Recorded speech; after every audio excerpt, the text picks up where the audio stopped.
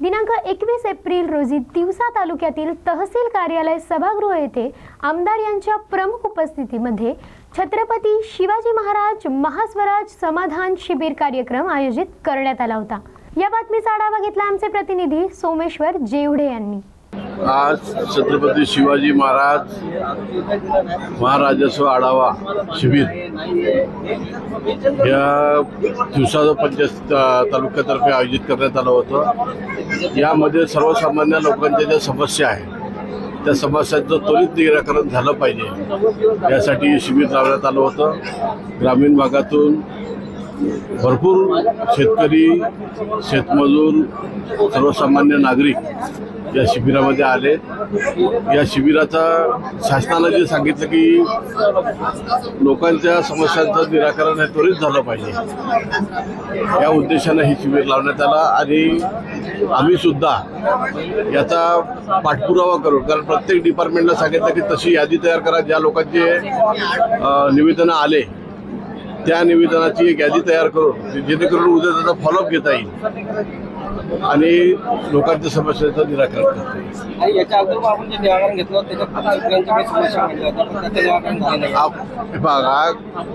काही काम झालं, काही नाही झालं। शेवटी जो कंप्लेनर आहे किंवा जो तक्रारदार आहे त्यांनी फॉलोअप घेतला पाहिजे, त्यांनी आमच्यापर्यंत आलं पाहिजे। बाई साहेब हे झालं नाही, आम्हाला काही कसं माहीत पडणार। तर जसं आमचं काम आहे की या लोकांच्या समस्याचं समाधान करून घेणं, तसंच त्यांचं सुद्धा काम जर झालं नसेल एखादं तर त्यांनी सुद्धा पुन्हा आलं पाहिजे, कमी भेट घेतली पाहिजे। का सांगितलं पाहिजे आम्ही तहसीलदाराशी बोलू, गटविकास अधिकाऱ्याशी बोलू किंवा ज्या विभागाचा त्यांचा मुद्दा आहे त्या विभागाच्या प्रमुखाशी आम्ही बोलू आणि त्याचं प्रकरण निकाली काढू। भारतीय जनता पार्टीच्या मंडल अध्यक्षांची प्रक्रिया ही चालू होती। यामध्ये आपल्या विधानसभा मतदारसंघात 5 मंडल आहेत जे भारतीय जनता पार्टीच्या रचनेनुसार, तर तिवसा शहर, तिवसा ग्रामीण, मोर्शी तिवसा म्हणजे जे मोर्शीतले काही भाग आपल्याकडे येतो तो भाग, भातकुलीतला जो भाग येतो तो आणि अमरावती तालुका, असे 5 मंडळाचे अध्यक्ष काल आपण जाहीर केले। म्हणजे माननीय प्रदेशाध्यक्ष बावनकुळे साहेबांनी जाहीर केले आणि जे नावं जाहीर केले ते 3 नावं आपण लोकांकडूनच मागायचे, त्या मंडळाच्या रचनेतून आपण ते मागवले होते। ती नावं माननीय प्रदेशाध्यक्षांनी फायदा करून त्यात काल त्याची घोषणा केली।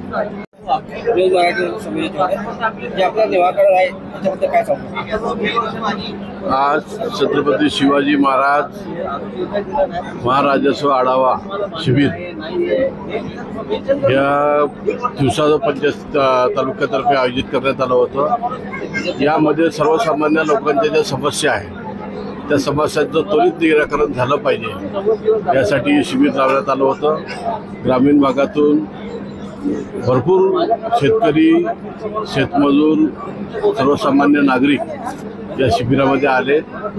या शिबिराचा शासनाने जे सांगितलं की लोकांच्या समस्यांचं निराकरण हे त्वरित झालं पाहिजे या उद्देशाने हे शिबिर लावण्यात आलं आणि आम्ही सुद्धा याचा पाठपुरावा करू। कारण प्रत्येक डिपार्टमेंटला सांगितलं की तशी यादी तयार करा, ज्या लोकांचे निवेदनं आले त्या निवेदनाची एक यादी तयार करून जेणेकरून उद्या त्याचा फॉलोअप घेता येईल आणि लोकांच्या समस्यांचं निराकरण करता येईल। याच्या अगोदर आपण जे निराकरण घेतलं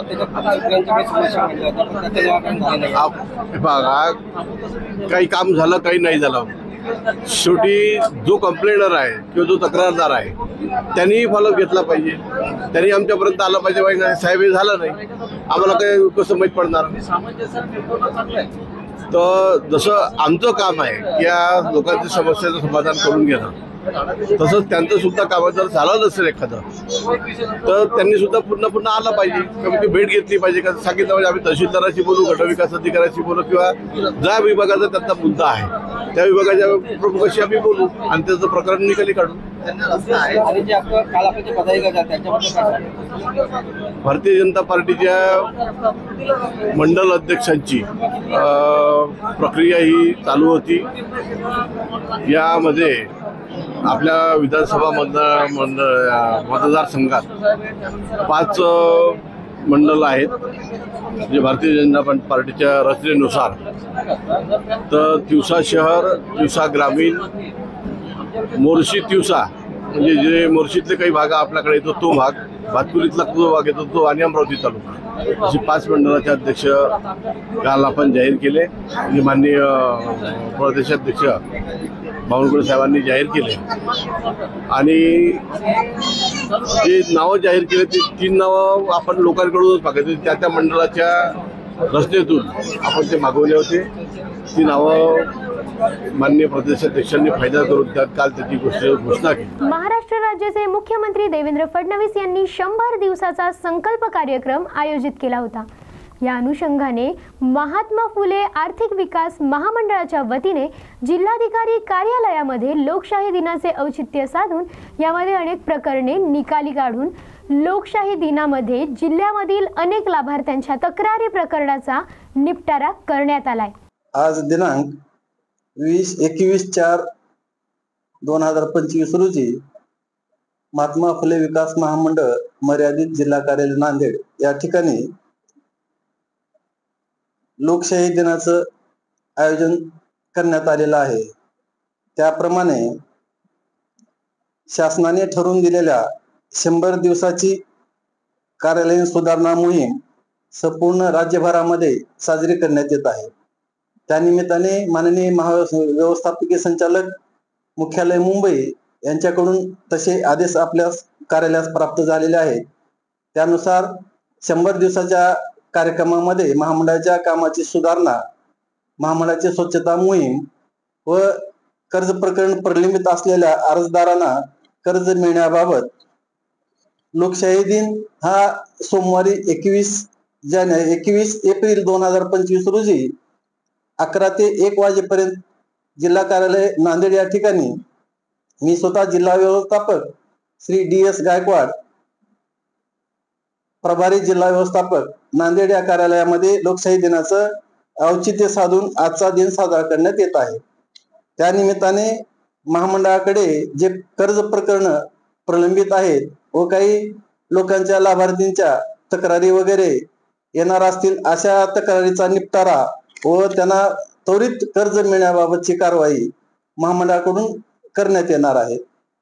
आजच्या या लोकशाही दिनाच्या निमित्ताने अर्जदारांना व प्रलंबित कर्ज घेऊ इच्छिणाऱ्या लाभार्थ्यांना त्यांनी त्यांचा स्वतःचा व्यवसायासाठी जे कर्ज प्रकरण प्राप्त करून महामंडळाकडे प्रलंबित असल्याबाबतचे खात्री करून घेऊन महामंडळ आजच्या लोकशाही दिनाच्या निमित्ताने लाभार्थ्यांना संपूर्ण सहकार्य करण्याच्या दृष्टिकोनातून त्यांना त्वरित कर्ज उपलब्ध करून देण्याबाबत या आजच्या लोकशाही दिनामध्ये निपटारा करण्यात येणार आहे.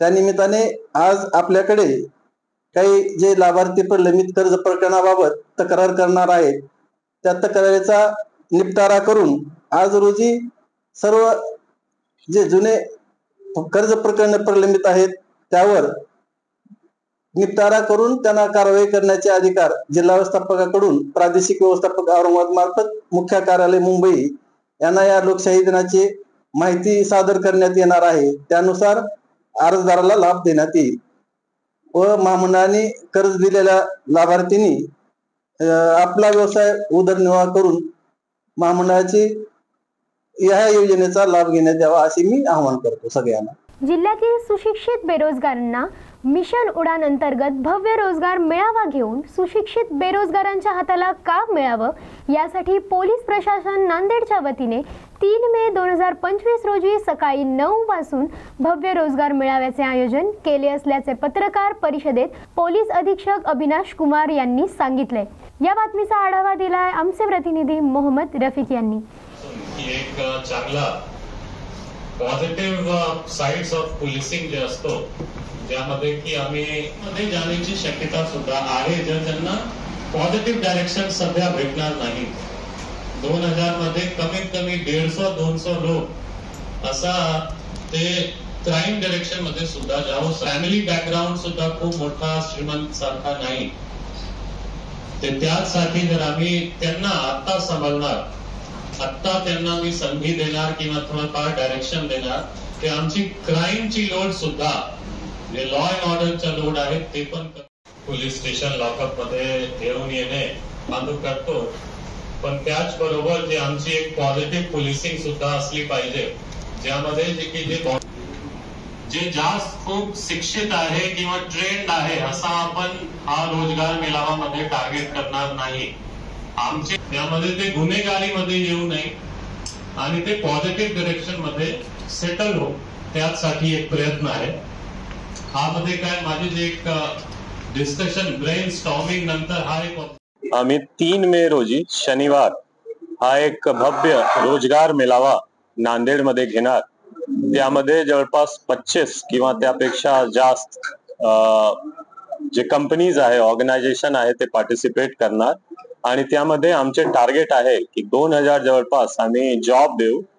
आणि त्याचसाठी आम्ही जास्त जे आमचे युथ आहे नांदेडचे आजूबाजूचे सर्वांना आवाहन करणार की तुम्ही जास्त पार्टिसिपेट करा. यामध्ये तुम्ही सर्व जे डॉक्युमेंट्स वगैरे तुमच्याकडून जे अपेक्षित आहे मी लिस्ट आउट करत आहोत, ते सर्व डॉक्युमेंट्स फोटो वगैरे घेऊन तुम्ही ऑनलाईन रजिस्ट्रेशन करा. जर ऑनलाईन रजिस्ट्रेशन मध्ये काही अडचण असेल तुम्ही त्या दिवशी या 3 मे रोजी 8 ते 9 वाजेपासून आणि 1 वाजेपर्यंत तुम्ही येऊ शकतो. त्यामध्ये काही अडचण नाही. येऊन तुम्ही ऑन द स्पॉट रजिस्ट्रेशन करा. पण हा आमचे एक चांगला नियोजन होत आहे. त्यामध्ये जे आमचे मिशन उडान यामध्ये आम्ही पोलीस आणि युथ एंगेजमेंट वर जास्त फोकस करत आहोत की एक पॉझिटिव्ह मीडियम ऑफ पोलिसिंग. त्यामध्ये जास्त आमची युथ गुन्हेगारीमध्ये जाण्यापेक्षा पॉझिटिव्ह डायरेक्शन मध्ये एक सेटलमेंट होऊ, त्यामध्ये आमची प्रयत्न आहे. आणि हा ओव्हरऑल जे आमचे प्रयत्न आहे मिशन सहयोग आणि त्याच्या खाली मिशन उडान, त्यामध्ये आम्ही प्रयत्नात आहोत की जास्त पॉझिटिव्ह युथ एंगेजमेंट पोलीस सोबत, सोसायटी सोबत राहणार. आणि त्याचसाठी आमची हा एक भव्य रोजगार मेळावा नांदेडमध्ये करणार.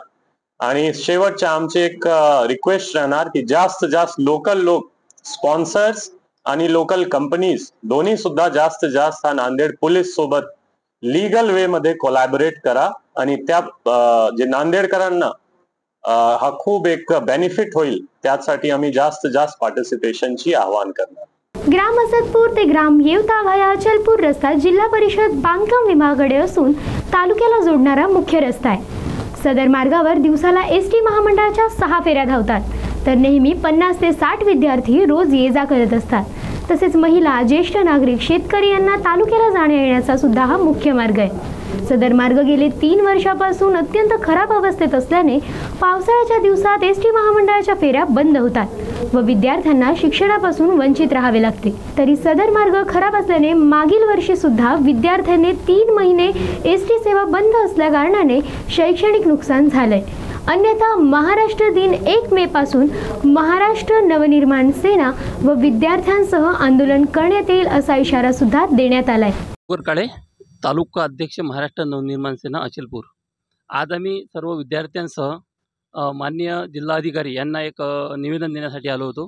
कारण असदपूर आणि अचलपूर हा ग्रामीण भागाशी जोडणारा एक 15,000 लोकसंख्येच्या आसपास असदपूरची लोकसंख्या येते आणि तिथून जाणारे विद्यार्थी हे मोठ्या प्रमाणात आहेत. कमीत कमी असदपूरला परतवाडा 60 ते 70 विद्यार्थी हे रोजचे शिक्षण घेण्यासाठी तालुका स्तरावर जातात. आणि गेल्या 3 वर्षापासून असदपूर ते रासेगावमध्ये जो एक 2 किलोमीटर जो रस्ता आहे तो गेल्या 2 वर्षापासून अत्यंत खराब झालेला आहे. आणि त्यामुळे पहिलाच पाणी पडलं का हे बस बंद होऊन जाते आणि जे 50 ते 60 विद्यार्थी शिक्षणापासून वंचित राहते. त्यासाठी आम्ही गेल्या 3 वर्षापासून सतत जिल्हा परिषदला पाठपुरावा करीत आहे.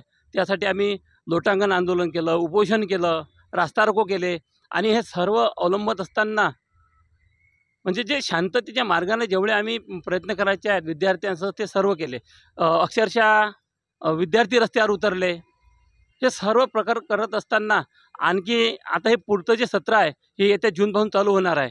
आणि पहिल्याच पावसात जर रस्ता बंद झाला मागील वर्षासारखी, म्हणजे मागील वर्षी जसं 3 महिने विद्यार्थी शिक्षणापासून वंचित राहिले हे राहू नये यासाठी आम्ही आज शेवटला पर्याय म्हणून माननीय जिल्हाधिकारी यांना हे निवेदन दिलं. आणि आम्ही महाराष्ट्र दिनी 1 मे पासून ह्यापेक्षाही उग्र असं करणार आहे. आणि ते जोपर्यंत आमचा माझा हा जिल्हा परिषद आणि पालकमंत्री असतील, शासनाला असेल, हा माझा एक संदेश आहे. आणि या 1 मेच्या आंदोलनाची कोणत्याही प्रकारची जर समजा विद्यार्थ्यांची या उन्हामुळे काही जीवितहानी झाल्यास किंवा काही प्रॉब्लेम झाल्यास हा सर्वस्वी जबाबदार हा प्रशासनाचा राहील. आणि लोकप्रतिनिधी सुद्धा याची आमची कोणत्याही प्रकारची अजून दखल घेतलेली नाही आहे. आज मला सांगा, शिक्षणापासून वंचित 60 ते 70 विद्यार्थी मागील वर्षी 3 महिने 4 महिने जर घरी राहिले, तर हे कोणतं यांचं ग्रामीण भागातल्या विद्यार्थ्यांना शिक्षण पुरवण्याचं आणि सुविधा पुरवण्याचं विकास म्हणतात, याचं उत्तर आम्हाला येथील पालकमंत्र्यांनी द्यावं.